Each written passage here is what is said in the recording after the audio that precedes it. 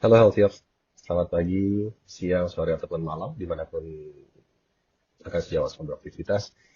Kali ini saya akan menyampaikan penggunaan fitur SKP Platform bagi tenaga medis dan tenaga kesehatan. Saya ada banyak bertanya-tanya terkait hal ini dan mudah-mudahan saya bisa menjelaskannya dengan cukup singkat. Oke, sebelum masuk ke hal teknis, ada beberapa hal yang perlu saya sampaikan. Kita tahu bahwa belum semua teman-teman sejawat Named dan Nakes bisa masuk ke dalam SKP platform, sementara ini baru teman-teman dokter, namun untuk tenaga medis dan tenaga kesehatan lainnya akan mulai secara bertahap di bulan Mei 2024 ini.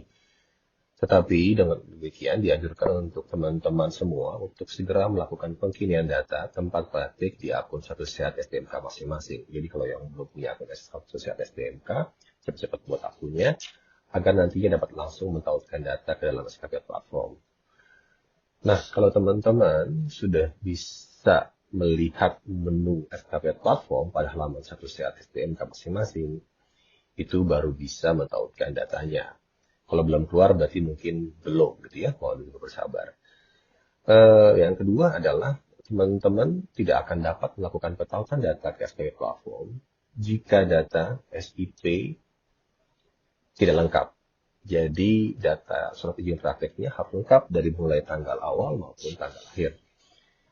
Dan yang ketiga adalah teman-teman dianjurkan untuk melakukan pengkinian data SIP, gitu ya, tanggal dan akhir, meskipun belum dapat melakukan petautan data SKP platform. Jadi mungkin teman-teman yang lain saya belum ketemu nih menunya pentautan SKP platform.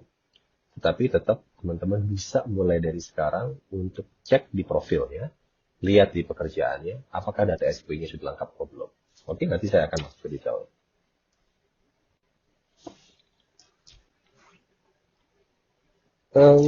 Di SKP platform tahap 2 ini, kalau sebelumnya teman-teman hanya bisa mencari pencarian data saja, tetapi nanti bisa pada saat untuk login masuk ke SKP platform, itu integrasinya melalui Satu Sehat SDMK. Jadi login ya, masuknya melalui Satu Sehat SDMK.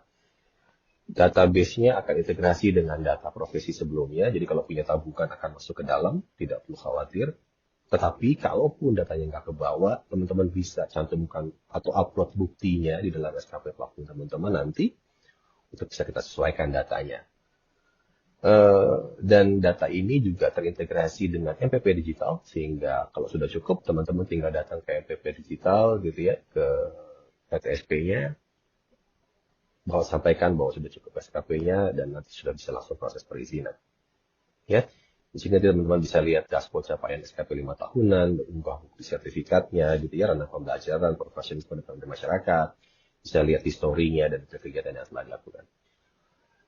Sampai saat ini, memang di masa peralihan ini, kita masih mengakomodir input manual, gitu ya. Nanti ke depan semuanya akan dilakukan seamless secara otomatis sehingga tidak perlu lagi ada input-input. Jadi setelah teman-teman ikut kegiatan di pelatihan sehat, semuanya akan otomatis masuk ke dalam SKP platform. Nah, ini yang saya sampaikan tadi.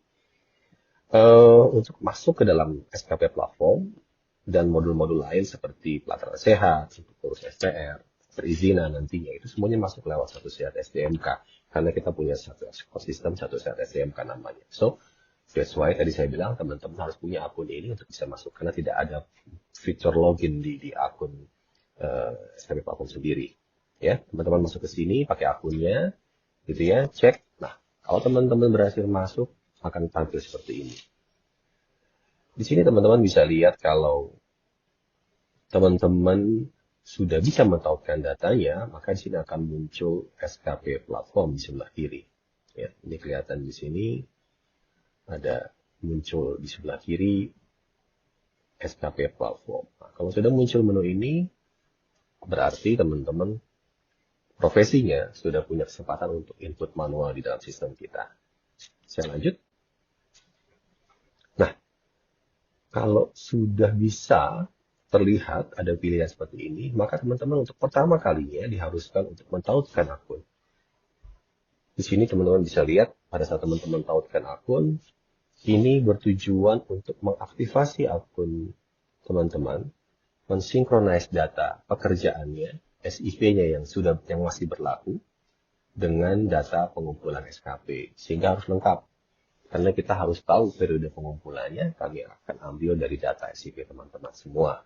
Ya, karena STR sekarang sudah seumur hidup, jadi kita akan tarik data SIP. Jadi jangan sampai salah menuliskan data pekerjaan khususnya SIP ini. Masa akhirnya SIP harusnya sama dengan masa habisnya STR sebelumnya yang sebelum seumur hidup. Oke, pastikan itu. Caranya gimana? Nah, ini contohnya pada saat teman-teman pada saat mentautkan akun terjadi gagal, tidak bisa mentautkan akun. Diminta untuk update data pekerjaan dan hubungi Vaskes tempat Anda bekerja untuk validasi status. Lengkapi datanya. Nah, di sini teman-teman akan diminta untuk klik lengkapi data tersebut dan edit pekerjaan atau SIP Anda dengan status aktif. Jadi cari status pekerjaan yang aktif, ya, klinik yang aktif atau rumah sakit yang aktif, SIP yang aktif. Pada menu profil saya. Kalau saya ada di sebelah kiri, itu kelihatan ya, menu profil sebelah kiri. Itu ada. Lalu pastikan periode akhir SIP-nya terisi. Sesudah itu selesai, hubungi admin Vaskes Anda untuk memvalidasi data SIP. Gitu ya. Kalau praktek mandiri, hubungi dinas yang mengeluarkan SIP-nya untuk memvalidasi. Kalau teman-teman kerja di rumah sakit, hubungi adminnya, admin SDM-nya di sana untuk memvalidasi bahwa benar nyatanya Anda melakukan praktek di rumah sakit tersebut dan SIP-nya sudah sesuai. Oke, saya lanjut bagaimana caranya. Nah, tampilannya akan seperti ini. Jadi pada saat teman-teman masuk ke menu pekerjaan, ya di profil saya ada sub menu pekerjaan, teman-teman bisa lihat walaupun datanya tervalidasi di sini, ya. Tetapi ternyata data SIP-nya tidak lengkap. Yang tidak lengkap itu yang paling penting adalah ini. Pastikan data tanggal berakhir SIP terisi. Ya, karena tanggal mulai SIP juga perlu diisikan, tetapi tanggal berakhirnya SIP perlu untuk diisikan. Ini biasanya masa berlakunya sama dengan data STR-nya habis atau Serkom-nya habis pada saat waktu itu sebelumnya. Jadi tolong ini disesuaikan, karena ini akan sangat berpengaruh nanti pada perhitungan periode pengumpulan SKP teman-teman. So, caranya bagaimana? Teman-teman klik edit, ya, ubah pada menu ini, diubah. Nah, pada saat diklik nanti akan berubah pada masuk ke dalam menu berikutnya, ya. Nah, ini. Masuk ke sini, kita lihat tadi tanggal terbitnya ada, tapi tanggal akhirnya belum ada. Nah, di sini teman-teman bisa edit, isi, ya. Isi sesuai dengan SIP yang teman-teman punya. Kalau akhirnya misalkan 23 Juni 2028, karena asumsinya 5 tahun misalnya, 2028, dituliskan 2028. Nanti sudah diisi, sama dengan yang ada bukti di SIP-nya gitu ya, sesuai. Itu tinggal klik simpan. Tidak perlu diisi masa beraktif bekerja, tanggal akhir bekerja, karena di sini tentu kita belum tentu bisa panjang gitu ya. Tetapi yang penting tanggal akhir SIP terisi, lalu klik simpan dan pastikan sekali lagi pekerjaan atau SIP yang dipilih adalah dengan status bekerja yang aktif. Ini tandanya teman-teman masih aktif berpraktek di sana. Klik simpan. Lalu tadi hubungi Vaskes atau dinas untuk melakukan validasi data tersebut. Lalu selanjutnya bagaimana? Jika sudah disimpan, nah teman-teman bisa lihat nih, tanggal berakhir SIP-nya sudah ada. Kalau sudah ada seperti ini, tinggal tunggu statusnya tervalidasi. Karena tadi memang tervalidasi, tetapi karena belum lengkap, kita edit lagi. Akhirnya statusnya berubah menjadi diproses. Setelah diproses, akan berubah lagi menjadi tervalidasi setelah teman-teman di dinas kesehatan atau teman-teman di SDM di rumah sakitnya melakukan validasi, menyatakan kebenaran data tersebut. Jika sudah, tinggal ditunggu, gitu ya, bisa hubungi ke sana langsung jika ingin cepat dilakukan. Nanti setelah itu status di satu sehatnya akan berubah seperti itu. Nah, jika statusnya berubah, sudah tervalidasi dengan data SIP yang lengkap, maka teman-teman akan lihat masuk lagi ke dalam SKP platform, ya. Lalu klik lagi tautkan akunnya, klik lagi di pilihan icon tautkan akun ini, ya.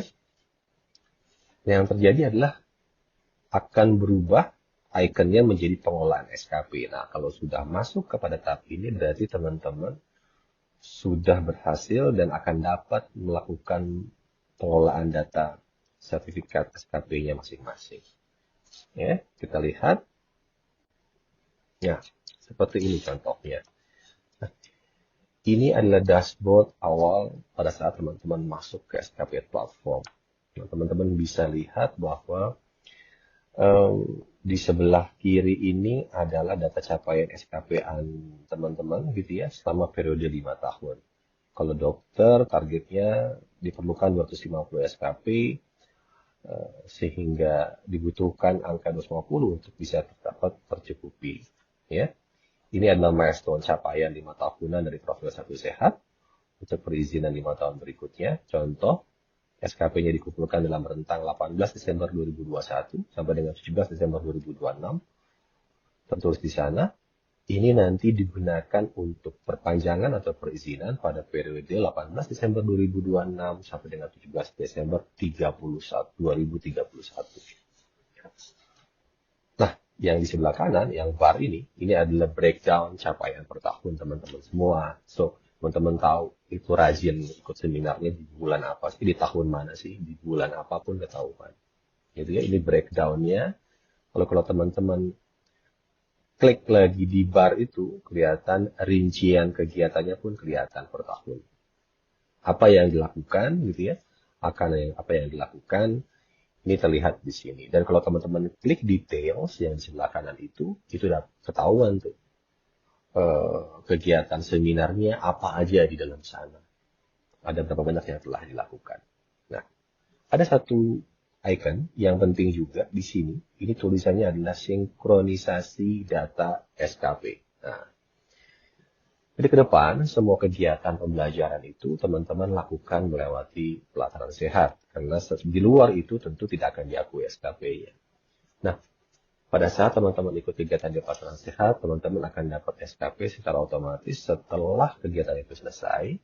Nah, dan pada saat teman-teman masuk ke dalam dashboard, misalnya datanya belum terbaca, teman-teman tinggal klik sinkronisasi data SKP. Ya, pada saat sinkronisasi, maka datanya akan keluar di sini dan akan otomatis bertambah. Tapi pastikan memang data SKP-nya sudah keluar di pelataran sehat. Di profil teman-teman di pelataran sehat. Kalau sudah keluar di sana 10, ya akan masuk ke sini 10. Oke, saya lanjut. Nah, ini contohnya pada saat teman-teman klik details tadi. Ya, di rincian yang paling bawah, klik details. Nah, ini ketahuan nih, di rincian kegiatannya apa sih? Gitu ya. Oh, ternyata kegiatannya ini adalah pelatihan penanggulangan tuberkulosis bagi dokter. Dan karena ini melalui pelatihan sehat, berarti pada saat teman-teman melakukan sinkronisasi data tadi, datanya otomatis ke sini otomatis. Nggak perlu lagi ada yang diupload-upload, tidak perlu lagi sibuk upload-upload sertifikat dan lain-lain. Jadi, kalau sementara pun masih ada fitur upload, itu untuk mengakomodir sertifikat yang sudah terlanjur teman-teman dapatkan di periode 5 tahun terakhir. Ya, kalaupun itu kegiatan di luar negeri, bisa juga diupload di situ. Ya, bagaimana caranya? Ya, kita lanjut. Nah, bagaimana cara uploadnya? Teman-teman, sederhana saja. Pilih formulir pengisian di submenu sebelah kiri. Ya, lalu nanti teman-teman pilih bukti apa yang mau diupload. Sebagai pembicara, mungkin kalau teman-teman sejawat ini sebagai narasumber punya sertifikatnya. Sebagai peserta, ya, ikuti kegiatan conference, pelatihan, seminar, silakan disesuaikan. Atau bukti melakukan pelayanan praktik profesi, ya, untuk ranah profesionalisme, atau bukti kegiatan bakti sosial atau pengabdian masyarakat. Silakan diupload. Kalau pembelajaran tentu buktinya adalah sertifikat yang didapatkan, ya, sertifikat yang didapatkan sebagai pembicara atau peserta, sudah ada nilainya, biasanya silakan diupload. Lalu untuk kegiatan pelayanan praktek profesi, ini buktinya teman-teman biasanya sudah ada rekap logbook 6 bulanan, 1 tahunan gitu ya, yang semua satu lembar bukti bahwa menyatakan dari instansinya bahwa teman-teman sudah melakukan pelayanan tersebut, ya. Itu bisa diupload di sini. Caranya gimana? Teman-teman tinggal klik input mana yang dibutuhkan, ya. Jika dipilih contohnya ini ranah pembelajaran, maka klik bukti sertifikat workshop dengan ranah pembelajaran pada pilihan ini. Selanjutnya akan keluar pilihan seperti ini. Teman-teman tinggal tulis datanya, ya. Nama acaranya apa, kegiatannya nasional atau internasional, lama waktu jamnya berapa, tempatnya di mana, penyelenggaranya siapa, ya. Lalu upload bukti sertifikatnya. Ingat, bentuknya PDF dan maksimal 250 KB. Upload di situ, dilengkapi juga tanggal mulai kegiatannya kapan, selesainya kapan, gitu ya. Dan masukkan nilai SKP yang tertera pada sertifikat tersebut, sesuai dengan SKP tersebut. Nah, jika berhasil, disimpan, gitu ya, klik simpan, nanti tersimpan, akan ada notifikasi sukses, data berhasil, dan menunggu untuk divalidasi. Di sini teman-teman diminta untuk menunggu, dan di masa peralihan ini, kami mohon bantuannya karena begitu banyak berkas yang masuk, kami akan dahulukan untuk rekan-rekan sejawat yang habis SIP-nya 0 sampai 6 bulan ke depan. Ya. Jadi kalau pada saat disubmit langsung kok belum keluar, datanya belum berubah, mohon menunggu, pasti kami akan melakukan validasi. Ya. Mungkin itu saja yang dapat saya sampaikan. Sampai ketemu lagi di tutorial selanjutnya. Terima kasih, sampai jumpa dan salam sehat.